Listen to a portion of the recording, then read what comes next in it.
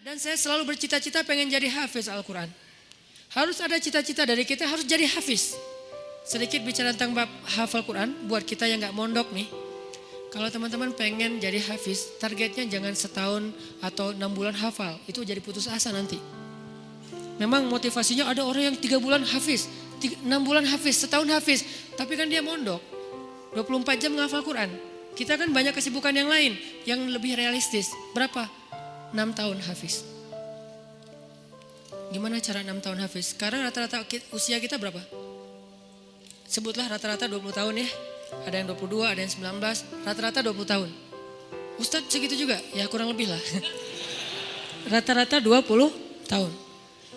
Berarti 26 tahun itu cepat banget. Ya udah deh, jangan terlalu 6 tahun, 10 tahun. Kalau kita mau menghafal Quran 10 tahun hafiz, berarti sehari kita cuma perlu menghafal 2 baris. Sehari 2 baris. Dibagi 5 waktu sholat. 2 baris itu alif lam mim dzalikal kitabul la raiba fihi hudal lil muttaqin alladzina yu'minuna bil ghaib. Segitu. Enggak sampai 1 ayat kan? Nah, cara ngafalnya subuh alif lam mim, udah beres. Susahnya di mana coba? Subuh teman alif, zuhur dzalikal kitabul la raiba fihi. Asar hudal lil muttaqin. Maghrib alladzina yu'minun. Isya bil ghaib. Selesai. 1 hari 2 baris. Tapi butuh istiqomah, butuh dawam, konsisten. Kalau sehari 2 baris, maka 10 tahun. 10 tahun itu gak lama loh. Saya tuh di Bandung udah 13 tahun, gak kerasa. Seolah-olah baru kemarin saya datang dari Kairo ke Bandung, sekarang udah 13 tahun, gak kerasa gitu aja. Tiba-tiba udah 13 tahun, berarti kalau saya ngafal sehari 2 baris, sekarang udah 3 tahun yang lalu udah selesai tuh. Berarti semua kita bisa jadi hafiz sebetulnya kalau udah lancar tahsinnya. Sehingga kita meninggal berstatus hafiz. Bukan untuk pamer ke orang, bukan untuk taruh di Instagram bio, hafiz Al-Quran. Itu mah bebas lah, terserah niat ya. Saya kan gak mau menjudge kan, ada orang yang menaruh gitu supaya jadi syiar. Ada yang mungkin dia riak, kalau dia riak dia rugi. Kan ngafal Quran gak gampang, masa mau dihabisin dengan hanya taruh di bio, rugi banget tuh. Ini kenapa saya sedikit masukin ke bab hafiz. Saya berharap kalau ada yang dengar ceramah ini jadi termotivasi menghafal Quran, saya dapat pahala dari yang menghafal itu. Ternyata targetnya gampang, 2 baris sehari, 10 tahun khatam. 2 baris itu gampang banget. Alif, alhamdulillah. Zuhur, Rabbil alamin. Asar, Ar-Rahman. Maghrib, Ar-Rahim. Segitu doang ngafalnya, gampang banget. Kul, Zuhur, ya. Asar, ayyuhal. Gitu doang kan, saking gampangnya. Kapan itu khatamnya Ustadz? Gak tahu pas sakaratul maut kali. Saking pendek-pendeknya. Nah maksud saya, target sebelum meninggal hafiz. Tapi kan kita gak tahu usia kita Ustadz. Memang kita gak tahu, ini mah target semampu kita. Kalau meninggal sebelum 10 tahun, yang penting kita udah punya niat. Siapa yang berniat baik dan tidak tercapai, maka dia dapat pahala kebaikan yang utuh. Siapa yang tercapai, dia dapat pahala 10 kali lipat. Kalau kita meninggalnya usia 40 tahun, usia 50 tahun, udah hafiz. Tahu gak kedudukan hafiz di akhirat nanti kayak gimana? Itu keren banget. Harus cemburu kita sama orang yang hafiz tuh. 1, dijamin surga, kalau dia ikhlas, dijamin surga.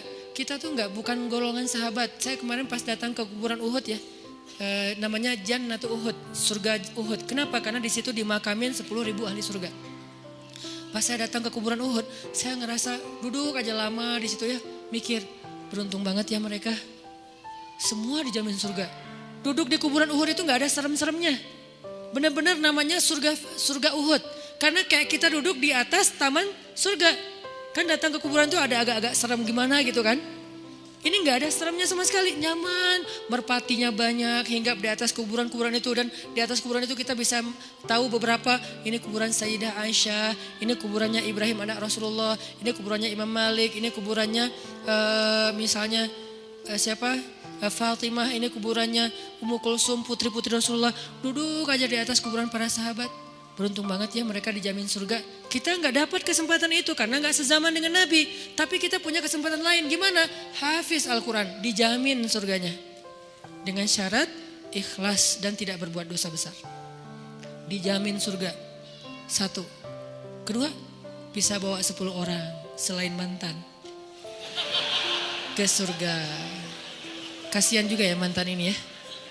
Makanya jangan jadi mantan. 10 orang. Siapa aja? Ayah, ibu, udah pasti tuh. Makanya saya pengen menghafal Quran biar kalau saya khatam, saya ngerasa di dunia tuh belum sempat berbakti sama ibu dan ayah saya. Keburu meninggal pas tsunami. Nanti saya pengen berbaktinya di akhirat. Berbakti di akhirat, hafal Quran. Sehingga nanti di akhirat saya berharap berhusnuzon ke Allah, bukan sok pede ya.